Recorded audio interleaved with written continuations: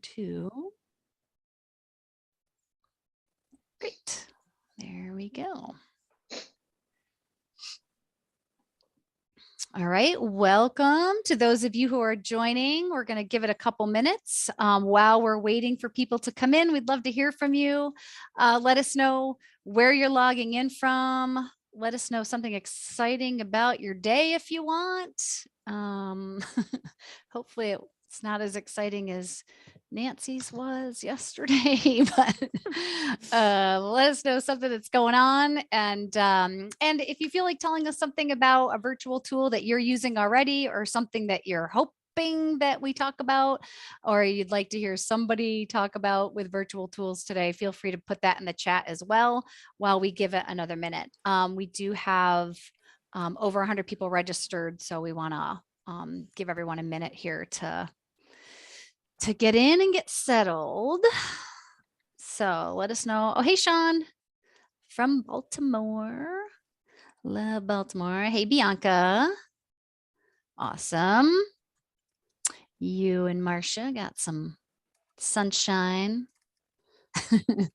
That's great. Hey, Julie. Okay, from Harrisburg, PA. Oh, there's Chevelle from Syracuse. Hello, neighbor. I'm in Ithaca. Actually, Marcia is partly from Ithaca as well. So nice to see you. Hey, Flora, RVA. Where's that? Oh, thanks, Nancy. So Nancy's in Texas. So y'all probably know there were some tornadoes down there yesterday. So she is with us and safe, and hope everybody else is also. So, hey, Michelle. Great. There's Rocco from Chicago. All right. Detroit Motor City. Hey, Angie. There's New Jersey. We've got Richmond. There's some more Chicago. Awesome. Hey, Aaron, Arts Commission in Toledo, planning some activities for the year right now, and I'm hoping to get some ideas for creative virtual programming. Awesome. I'd love to hear more about that. This is a great opportunity to be thinking about, yeah, that sort of thing. And I'd love to, we did a case study on the Arts Commission in Toledo. I know you guys do some really incredible work there. So welcome. Let me see what time it is. It is 12:03. So I say we get started. I know that we're expecting some more people, so we may have some late stragglers, which is perfectly fine. Glad to see everybody here. So we're going to get started. I am Ann DePetta. I'm a consultant and I work with the Middle Neighborhoods Initiative, and I'm going to be facilitating our conversation today. Here is our agenda. We're going to do a really quick intro to Middle Neighborhoods. You guys have probably been maybe to one of these webinars before or part of the community of practice, so we're not going to go too in depth, but Marcia's going to give us a quick overview of Middle Neighborhoods, and then Nancy's going to talk to us about using Padlets to collect some data, and I'm going to introduce her in just a moment. And then Nancy's going to pass it over to Melissa, who's going to talk about gathering input using video and tools such as Edpuzzle. And then Melissa's going to pass the mic over to Marcia, who's going to talk to us about some online templates for web design that she has used that are really effective and really super easy to use. Later on, toward the end of this program, we're here for an hour, so we will have some time for open mic. We would love to hear from you. So if you are doing something awesome and creative and interesting that you think the rest of the group would like to hear about, please make a little note to self, raise your hand when we get to open mic, and we would love to hear from you. And of course, we'll have some time at the end for Q&A. So here are our guests for today. So we have Nancy, who is from the city of Garland in Texas, and she's the neighborhood vitality specialist. She's going to be talking about Padlet. And then Melissa from Neiman Consulting in Londonderry, New Hampshire, will be talking about the Edpuzzle. And then we've got Marcia Nedland, who is from Fall Creek Consultants and who is our middle neighborhoods expert, who is based in Tucson, Arizona and Ithaca, New York. So let's get into a quick overview of the Middle Neighborhoods Initiative, and I'm going to turn it over to Marcia. Hi, everyone. So the Middle Neighborhoods Initiative is hosting today's webinar, and we're a national initiative that's focused on trying to get people to pay attention to the vulnerability of middle neighborhoods. Across the nation, we're seeing them disappear either through decline or gentrification. And there are a lot of practitioners across the country, hopefully you are some of them, who are working to change that. We have a community of practice that facilitates peer-to-peer learning. We have at least 800 people in that right now. We're going to invite you to join us at the end of this. We also do research, policy analysis, and communications. And it's a joint venture in terms of its sponsorship by the National Community Stabilization Trust, NCST, and NeighborWorks America. So just to refresh everyone's memory, what are we talking about with middle neighborhoods? You know, there's no hard and fast rule, but they tend to be mostly built as single family housing, except obviously for the photograph I have in this slide. It's not detached, but single family housing. And they were largely built for families with children, which is one of the reasons they're vulnerable now, because that's a declining demographic overall in this country. They tend to still have more than 50% home owner occupancy, but it's eroding. And then there are other things that are making us worry about them in places where decline is the trend for them. And then in some areas, we're seeing gentrification. They just disappear completely into very high income neighborhoods. And right now, as a matter of fact, we're talking about doing some research to figure out whether the inflation of prices during COVID is a permanent factor, and whether, you know, we're not going to see a decline in housing value as one of the problems for middle neighborhoods. And here are the things that we're worried about. So it's interesting. It would be interesting to see what you guys think about your own neighborhoods with regard to these factors. You know, these are things that we think are really important to the sustainability of middle neighborhoods, being able to reliably attract replacement owner occupants, to generate home values that actually support quality maintenance, repairs, and updates without running into appraisal gaps, the ability to repel irresponsible investors, to maintain engaged residents, one of the things we'll talk about today, and to deliver home equity to owners and revenue to municipal government. Those are the things that we're trying to keep going in middle neighborhoods, while maintaining them as, you know, a place where a broad range of incomes can find a really attractive neighborhood to live in. One more slide, I think we just want to draw your attention to, we do have a mapping tool if you want to just sort of poke around and see what census tracts in your metropolitan statistical area, which is what this is organized by, may fall into different income groups. Income is a very blunt instrument for determining middle neighborhoods. It's just like the first thing you can do. And if you see over on the left, there are a lot of different parameters you can set around income. So you can choose to use city median, national median, or area median income. And then there are different ranges for that as well.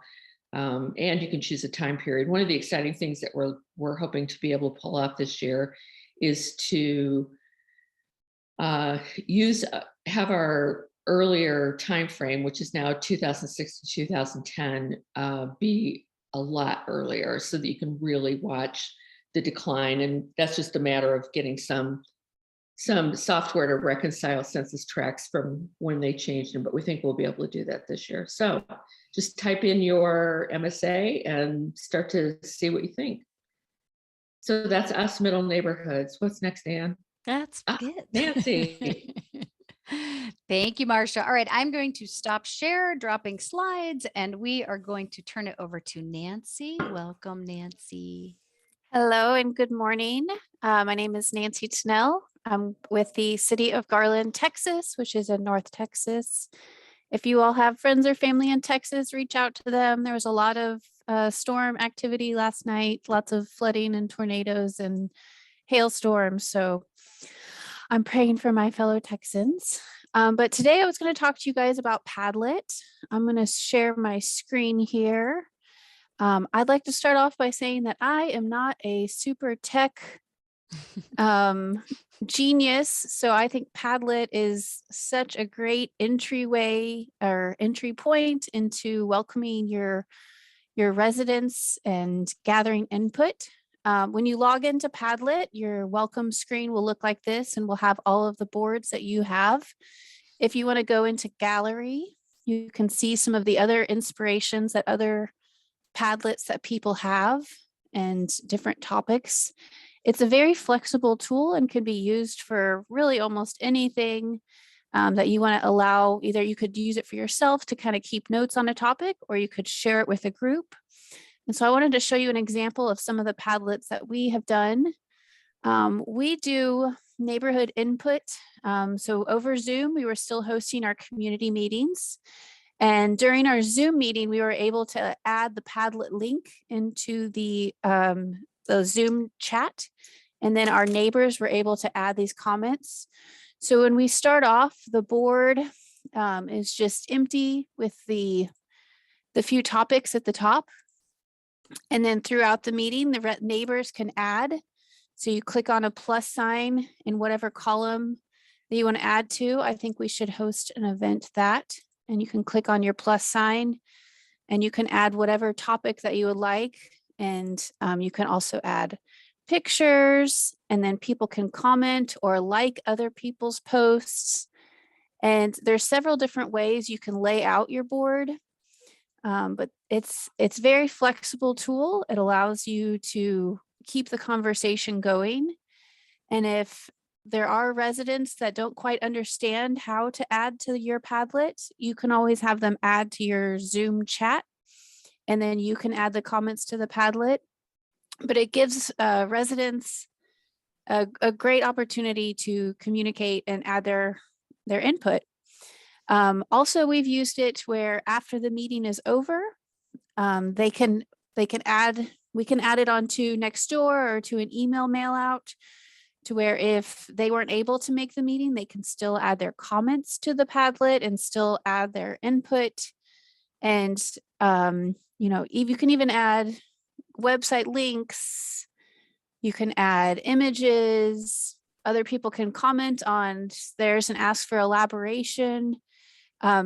If you do not have a Padlet membership, then all of the posts will be anonymous. But if everyone is logged in to their Padlet, then it will have their name attached to it. You can change the settings to where you can have it as anonymous on a board, or you can have it where you have people's names pop up. It just depends on how you set the board up. And so we've used this one for brainstorming. We choose one neighborhood a year to do some neighborhood reinvestment projects. So we use this to ask questions from the residents. There's also different formats. You can use Padlet with a map. So this Padlet is a map of all the different projects that we've worked on in our cities. You can kind of zoom in and you can see where the projects are. We've used it in a specific neighborhood as well. And you can have residents add to your board, or you can keep it a private board. And then you could add pictures and comments. And so for this board, we've changed the blue. The blue is street or sidewalk repairs need to be made. The little green dots are potential group projects that we could work on. The the purple dots are potential spots we could add a park or some green space improvements. And then our yellow dots are where there's vacant houses that we are kind of monitoring. So we've kept our eye on this neighborhood in particular, and the residents can add to this, or we can keep it private and we can kind of keep tabs on what's going on in the neighborhood. But I wanted to give you guys the opportunity to add to one of our Padlets.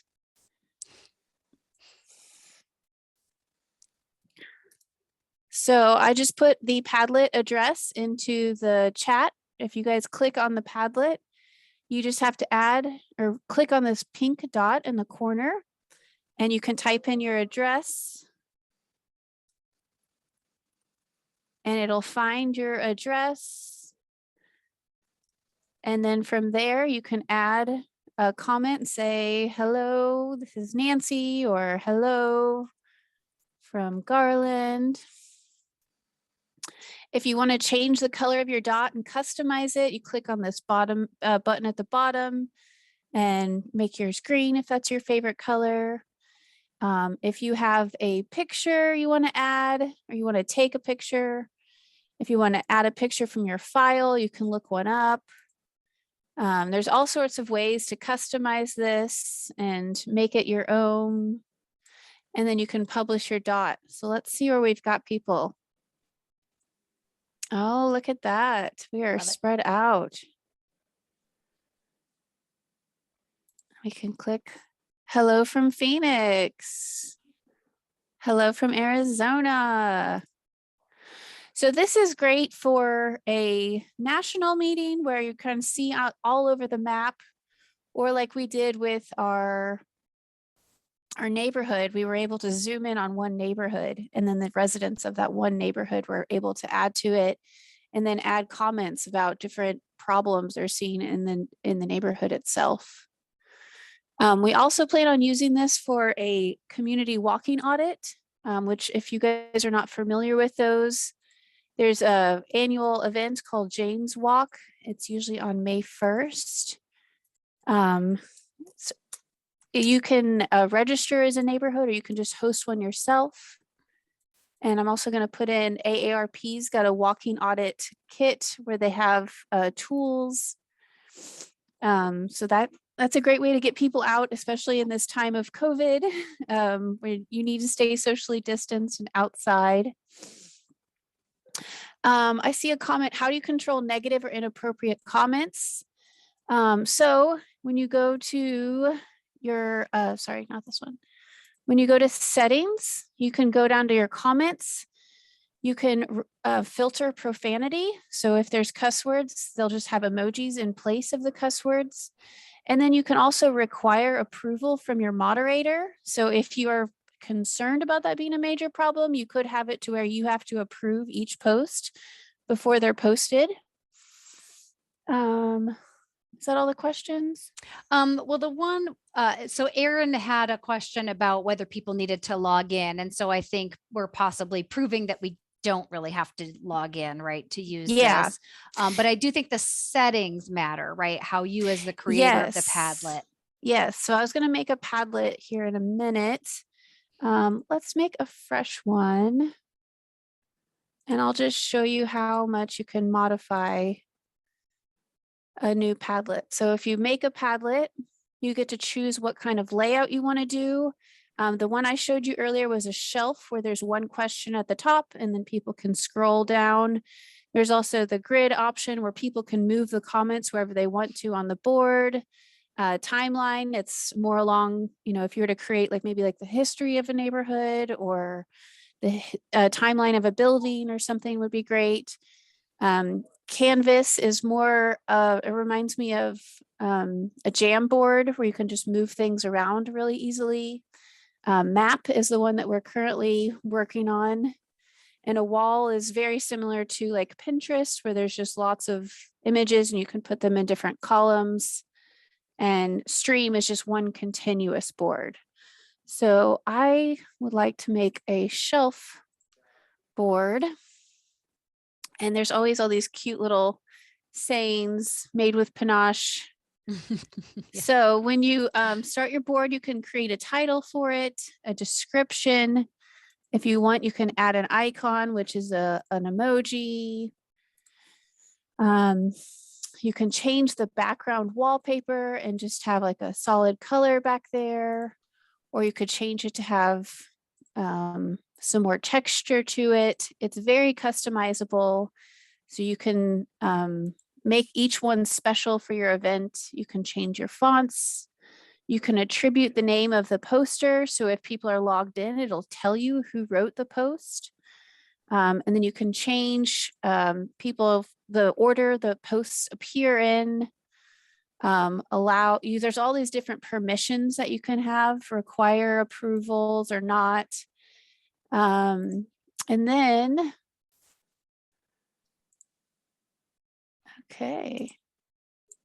And then when you go to share, that's when you change the privacy.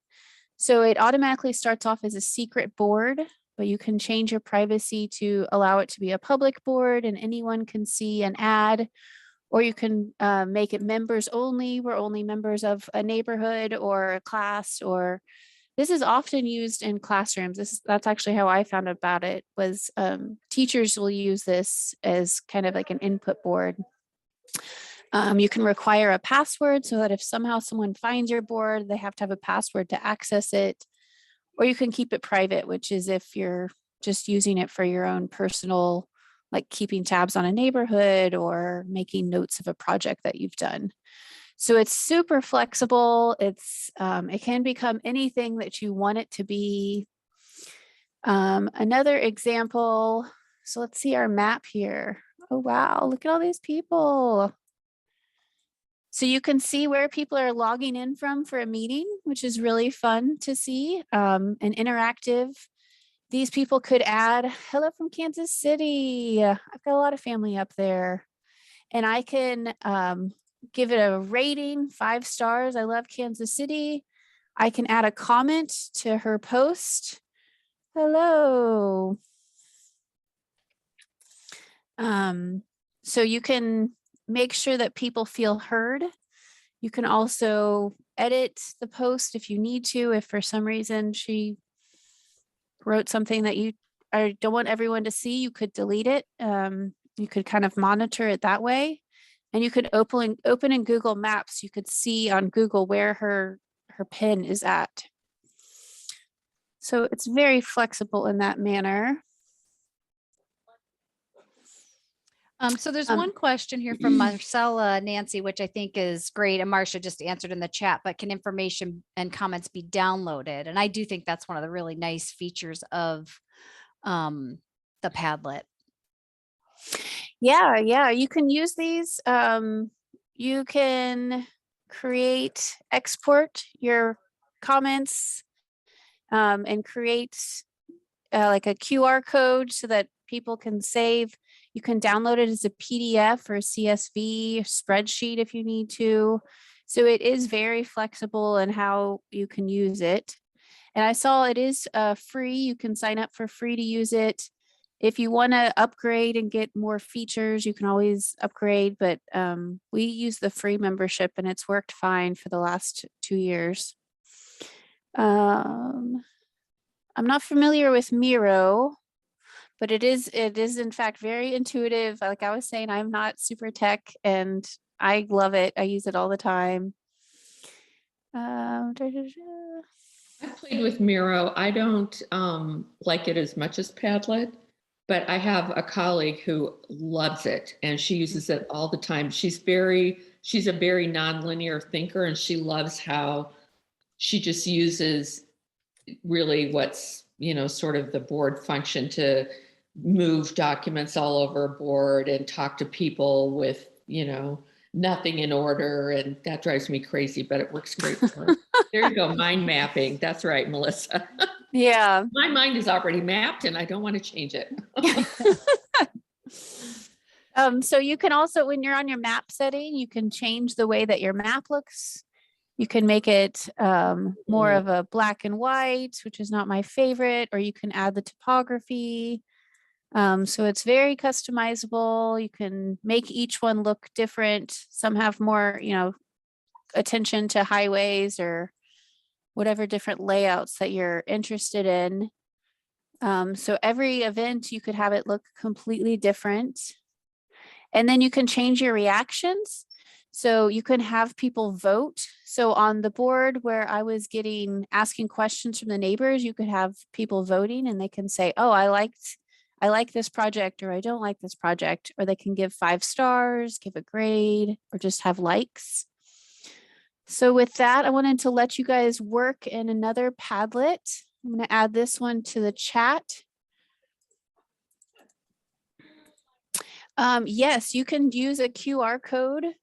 So we've done events where we've created a Padlet before the event and created a QR code. And then we hosted a block party and then people were able to scan the QR code and then add on the Padlet during the block party.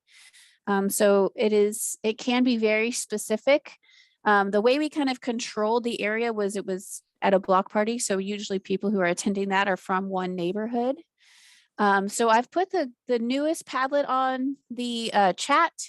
You can click on the plus button and you can add your ideas. So this one is looking for potential neighborhood projects. You guys work in neighborhoods all the time, so I'm sure we can make some of these up pretty easily. you click on the plus button and you can create whatever you like. So we can say block party and fall and spring, blow up toys and popsicles.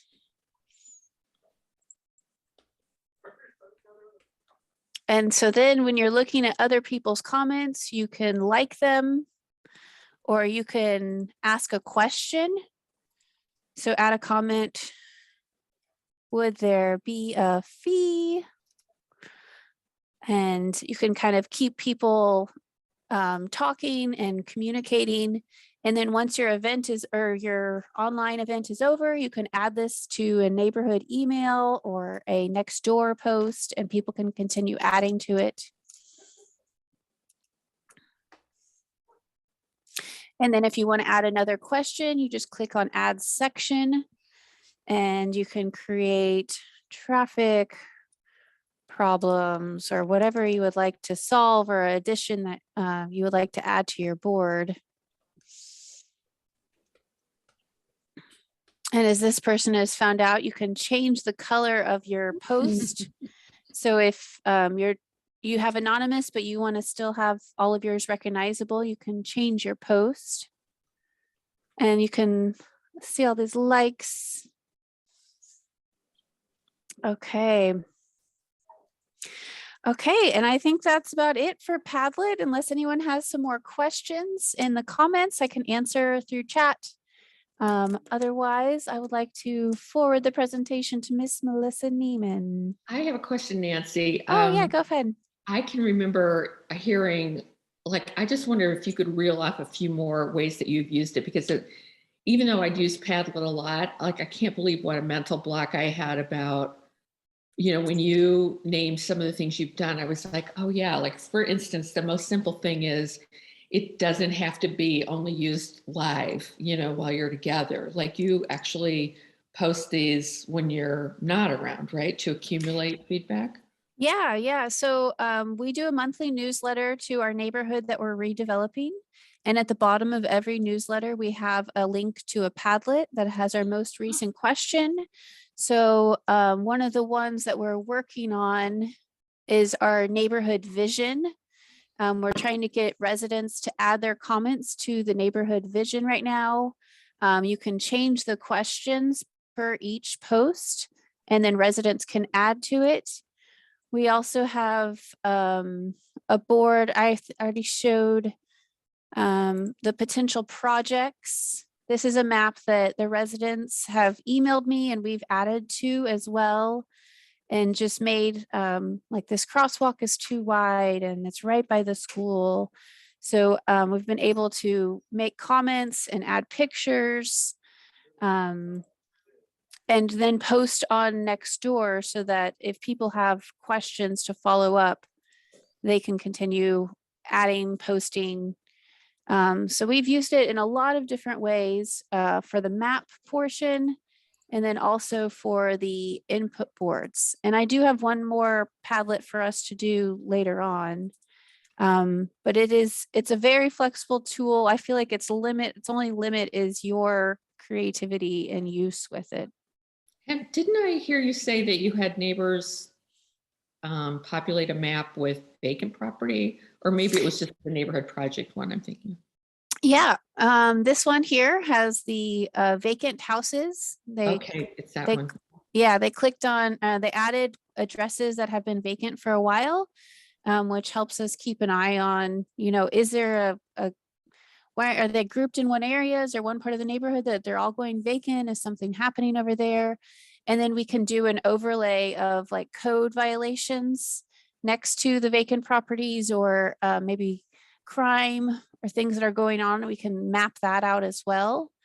And then the residents can add like, oh, there's this weird little triangle of grass that we should do something. So the residents were able to point that out to us that, hey, this is like a useless space. Useless triangle. Yeah. Has anyone ever used the timeline version of Padlet? I just noticed it when you were going through the options, and I would think it would be really interesting if you were trying to capture a history of the neighborhood. You know, you Yeah, could populate some generic stuff, but have people add their stories, or go ahead. I can I jump have in on, oh, I can jump in on a project Oh, I've yeah. had at another community where we've used the timeline to show people where we are in a project. So we Okay. have like a community art project where for that summer we were working with a whole bunch of different groups. There were like 3 projects going on at the same time, but there was going to be this festival where it all kind of culminated. So we used the timeline to kind of let people know, hey, here's the dates, here's when things are going to happen. And then once something did happen, we posted under those timelines like, hey, here's some of the pictures from that event. Here's some of the, key things that I love occurred. it. Yeah.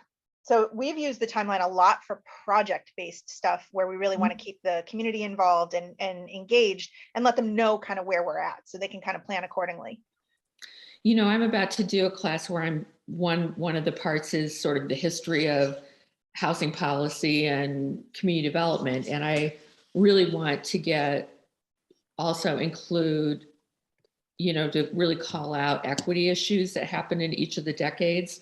And I've thought about doing a physical papering the wall and having people add like their personal stories of things that happened in their family but we could use a Padlet. And I think that's so interesting. Okay, I'll stop now. Awesome. So thank you so much, Nancy, for all of that. That was a lot. If you guys have additional questions for her, feel free to keep it going in the chat. Let's switch over to Melissa and hear Perfect. about using video. Thank you for being with us. All right, so I am going to talk a little bit about Edpuzzle. Now, I want to kind of preface this by saying the following. Much like as Nancy was pointing out, a lot of these tools were originally designed for the classroom, and especially in COVID times, in the before times, these were only really used in like online classroom spaces. But because of COVID and everybody moving online and having to figure out how to engage online, it became clear that we could use these in a lot of different ways.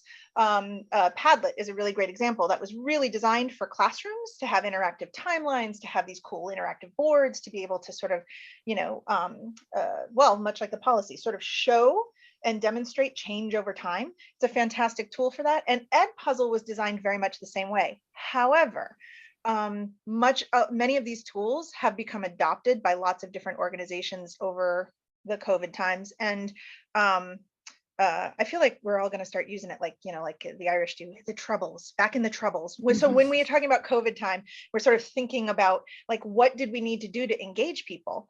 However, this also launched a bunch of creative outlets for some of these tools, and Edpuzzle is one of them. If you have folks who really like video, maybe couldn't get out, maybe want to be engaged and be a part of things like community walking and community visualization, but maybe are limited by time or have other barriers, video is actually a great way to do this. And so I'm going to talk a little bit about this particular tool. However, I need to caveat that as follows. This is a tool that actually embeds itself within a classroom. So what does that mean for most of you? If you are not affiliated with a school, you can still run a classroom.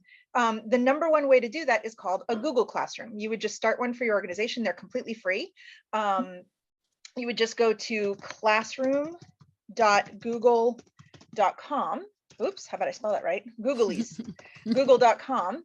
And that will take you to a space. If you have a login for your organization or for yourself, it'll take you to a space where you can start a classroom. You simply just hit this plus sign and you can create a class, or you can join an existing class.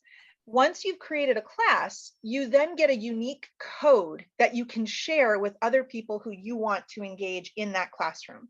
So the whole Edpuzzle thing embeds inside of the Google Classroom. And again, this is open to anybody. You just need to have an email, because what happens is once you send them the code, they log in with that email, and that's how they're registered to your class space. The other cool thing about a class space, though, just to put it out there, is if you're doing any level of community project, if you're doing a community event, if you're doing community art, anything like that, this gives you a space where you can do things like put in whiteboards, you can embed Padlet, you can embed Edpuzzle video pieces, you can embed discussion boards, you can embed just about anything here. So it does offer you a central repository to put in all of these other cool tools that you might want to use. You don't only have to use this. There's other tools that you can use. I'll show you all the things that Edpuzzle can embed with, but I did want to point that out, that is one of the caveats about Edpuzzle. The second thing that's worth noting about Edpuzzle is that is a freemium, meaning it is free to a point. So just to show you, the basic Edpuzzle account will hold up to 20 videos free. So you can do 20 in a basic. If you need anything more than that, they call it the Pro Teacher account. It's basically $150 a year.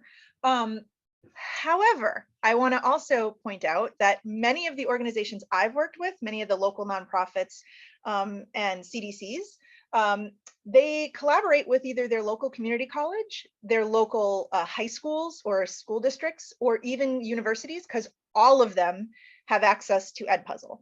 Edpuzzle is a school district wide thing. Most schools have it. And then what they'll do is they'll just separate and make your own account. So you have your own space on Edpuzzle. Every instructor at a school has their own space in Edpuzzle. So they don't have to share any of their videos, and you could have the same thing. For example, I have this one through Merrimack College, which is a university that I work with locally, but I also have one through the local community college, which works with 2 other organizations that I'm with. And I've got another one in another state that works with like 3 organizations there. So, you know, ask around. Chances are somebody's got it and would be willing to give you your own space in Edpuzzle. All right, so that's a little bit about the pricing. So now let's talk about what Edpuzzle actually is. So Edpuzzle is a mechanism where you can pull videos or upload your own videos so that you can do voiceovers, you can put open-ended questions in there, people can engage with videos in a way that you can elicit feedback from your community. Also, it's a great way for your community to give you feedback as well. So let's start with the beginning. The very beginning up here, when you click into Edpuzzle, you will hit the menu items, and the first thing you get is Discover. Discover will have a couple different categories in here. If there are videos that are specific to your school, videos that are specific to your community, they'll be here. There's also general subjects. Again, these are set up like as if you were a school. However, there's also YouTube videos. So you just click on any one of these. You can search up in the top. I'm actually going to do Jane's Walk because Nancy had brought that up. So Jane's Walk is, I think they have a couple of videos out here. Maybe they don't.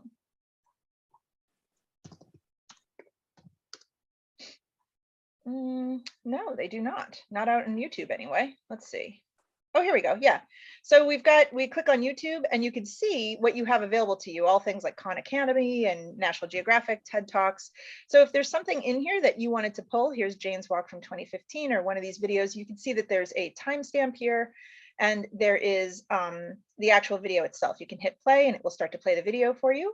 So you can kind of see what the video is about. It'll open up a video previewer and you can decide whether or not this is the video that you want for yourself. The other thing that you can do here is you can add content. So if you follow this over to the right-hand side, there's a button where you can add content, where you can upload your own videos. So if you were doing a walk of your community and you're walking past a bunch of green spaces, like Nancy's forgotten tumbleweed triangle. If you've got people walking past that, they can take their own videos of it and do a voiceover where they can say, hey, here's what I would like to see happen in this space. Here's what I would like to have happen here. So they can record their video and then you can upload it here. You also have the ability to record within Edpuzzle as well. So you can click on this. It's just a quick extension. And then from here, you can do it from your desktop or from your phone camera because this is mobile adaptable. And you can go ahead and create videos as you go. So for those of you who are managing this, that's a really convenient thing to do. Just open up your Edpuzzle on your phone, do whatever community walk you want to do your voiceover, and then it's already stored in there. So you just load it to the classroom that you want to load it to. Edpuzzle Originals are just their own little study guides. I've never really used these, but just so you know what they are, it's their own little videos. But mostly Discover is the one I use and adding content. And again, I've worked with a lot of community orgs who use this as a tool to do photo voice and to do video walks of their community, particularly places where there's disinvestment, places where they'd like to see change, other things like that.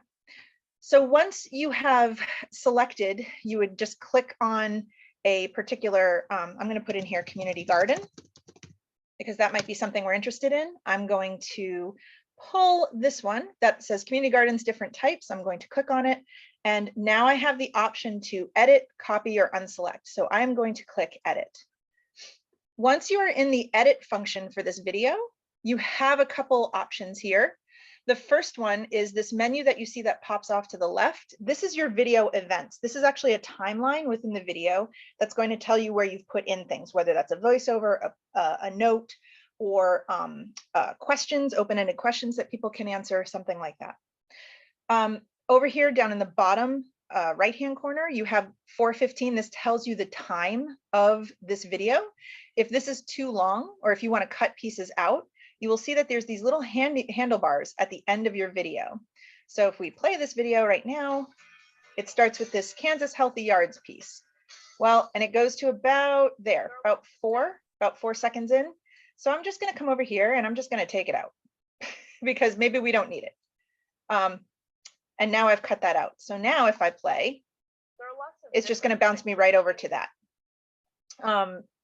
You can also, by the way, undo if you don't decide you don't want to cut. If 4:10 is too long still, you can cut the back end. You can also do cuts in the middle. You can add a cut and you would decide where you want that cut to be. Let's play. There are lots of different types of community gardens, and each neighborhood should assess what they really want and what their goals are before deciding to start a community garden. Okay, now after she says that, if I want to add a cut, notice that I click right there, and now I have these two handlebars. So I can actually reduce the size from that point forward after what she says, and then cut into the next place I want it to pick up. So what will happen is when the video plays, it'll have her little commentary, and then it will pick up right where I want it to in the next segment. So you can cut down and reduce videos quite a bit. Once you've done that kind of cut, you just pull the,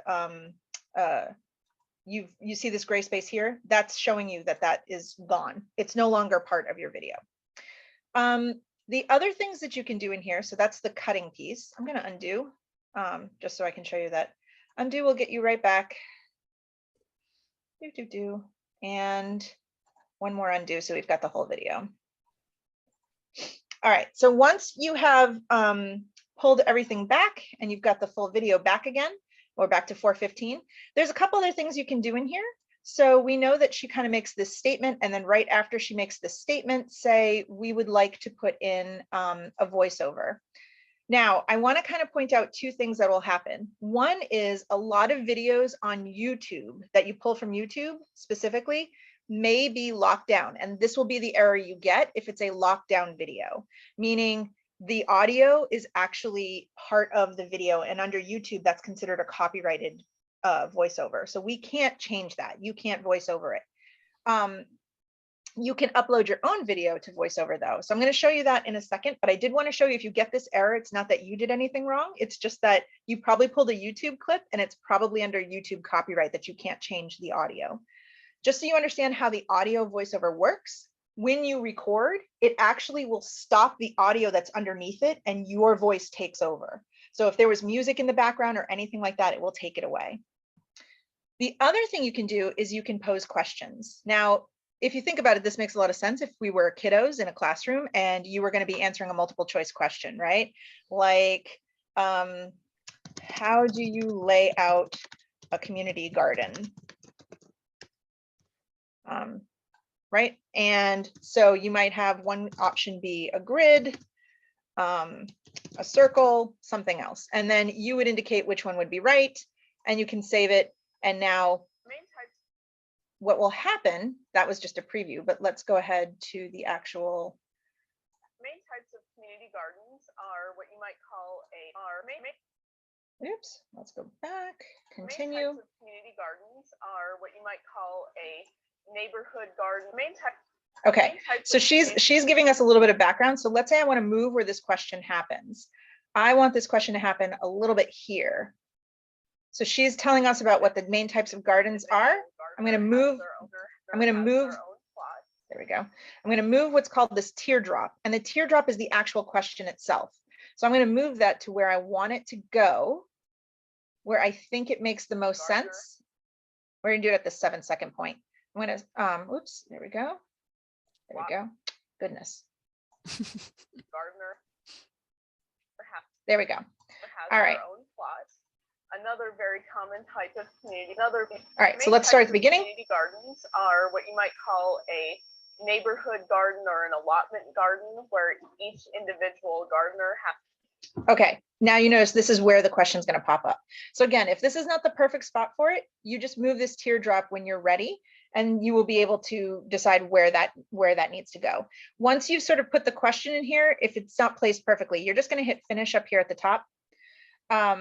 And now you can see where your question pops up in the actual video. And again, you can move these teardrops by going it back into edit. So you're always able to see where these are, and your video events will sit over here in this timeline. So again, we put a question here.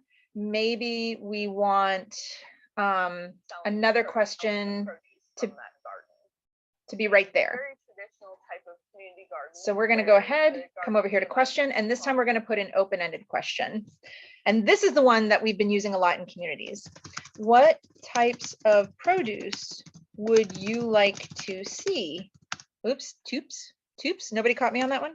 What types of produce would you like to see in our local community garden, right?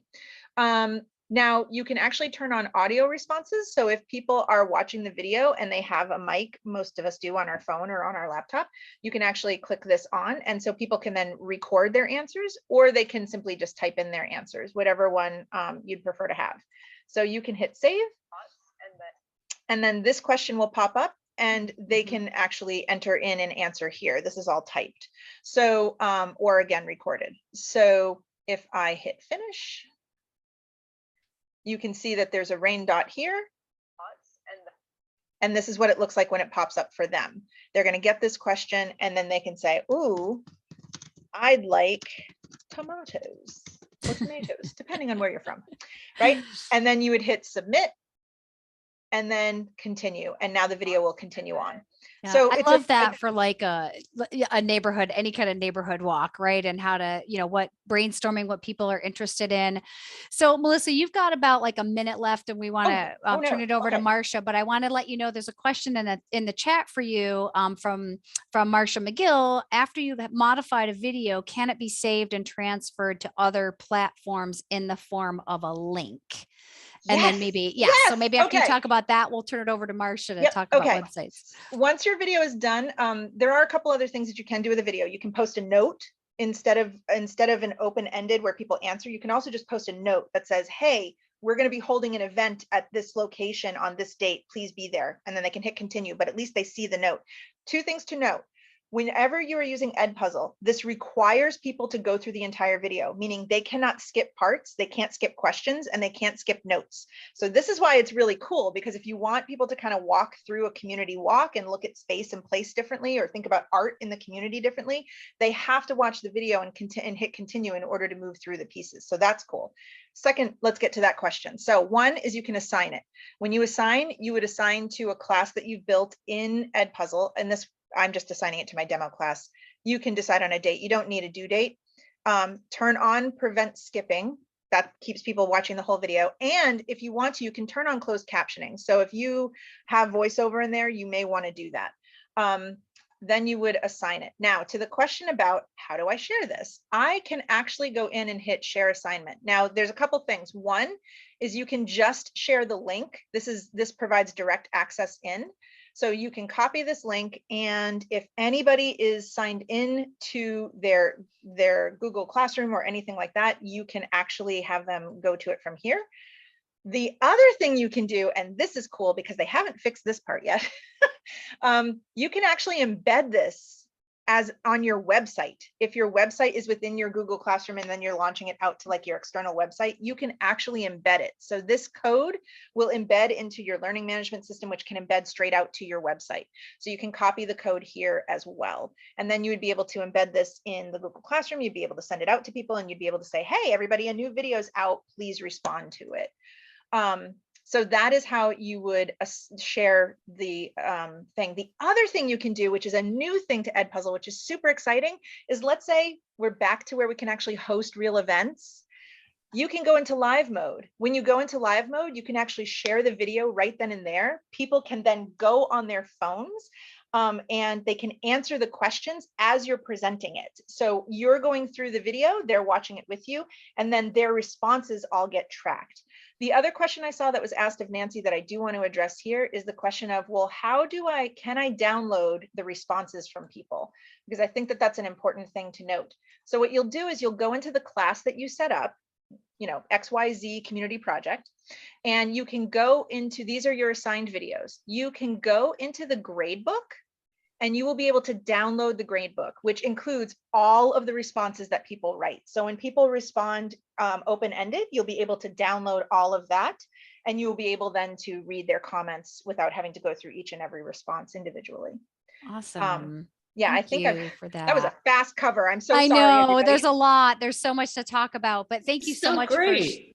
for sharing all of that. Melissa, if anyone has any other questions about Edpuzzle or using video, it's really a great tool, I think, for exploring neighborhoods. But please feel free to put that in the chat, and Melissa can respond to those in the chat. And we're gonna have Marsha give us a quick couple minutes on creating events and websites using, I think, Google, right? So this is Google Sites, and I will start by saying, I don't care what web creation platform it is, no matter how easy they say it is. I've never really been able to pull it off. I've tried WordPress. I've tried a couple of others that I've forgotten the names of. And then somebody told me about this, and within 60 minutes, I had set up a website for a strategic planning event that I was doing. It's so simple that I've started using it just to pop off a website for an event or a class or a project that's going on for 6 months, a consulting project I'm doing that I want to convey information to participants about. It's just so simple. So I really encourage you to get in here, play with it. It's free. And so what they have here is you can start with a blank template. There are some different kinds of templates here. And let's see, I've got so many things blocking my screen. But let's actually go. Let me show you one that I've really done. I think maybe it doesn't realize that it's me. Okay.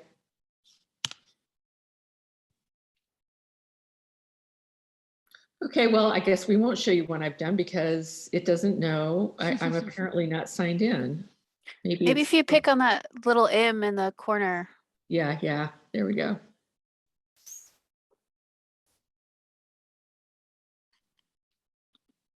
Don't know. Okay. Also, you're in the gallery, not your Oh yeah. not your list.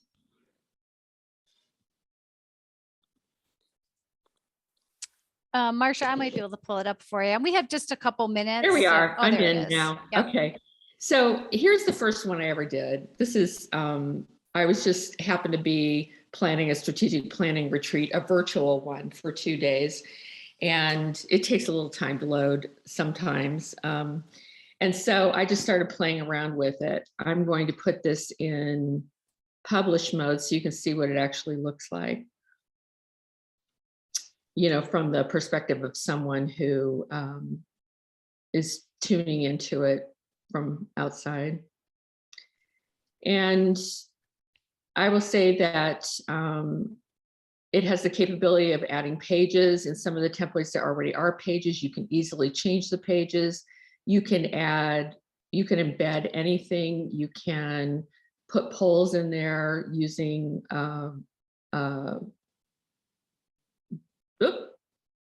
well, I still want to see it. Okay, we'll just look at it here. So it was home headquarters. This was the NeighborWorks organization. We were going to do a strategic planning event.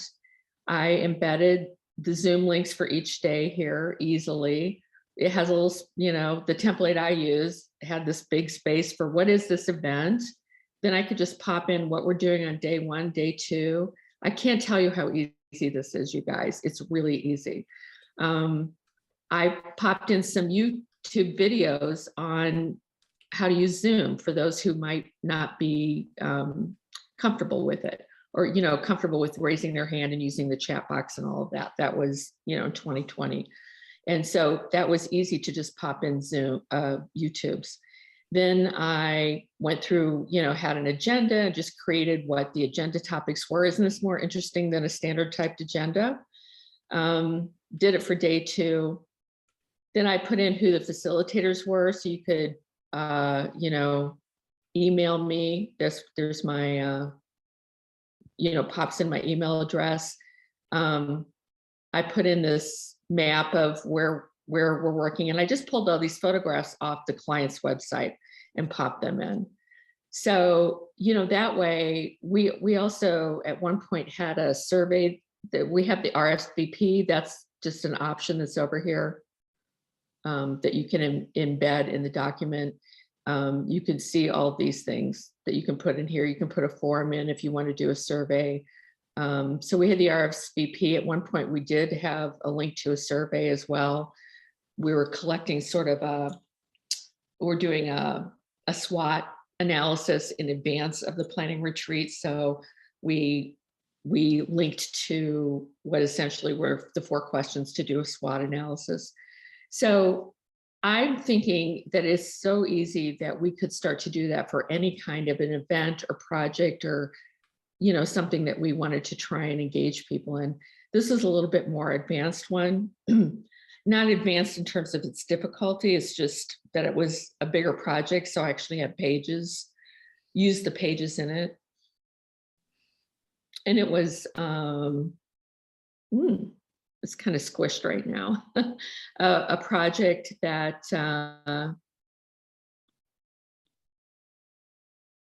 that we were doing over the course of 6 months. So what it is, you know, I could pop in program components, who the coach team are. We had our photographs, and, you know, people could click to contact us. You pop, these are all my own photos that I popped in. There's the coach team. There's the staff team that were supporting the project, so everybody knew who they were. And I thought it made it so, you know, personal. Let's look at what our pages were. That's great. So, you know, we could put participating organizations and something about them. So let's go back and just so you see what you start out with. Marcia, we've got just about 1 more minute, just so you know. Okay. Oh, we sure do.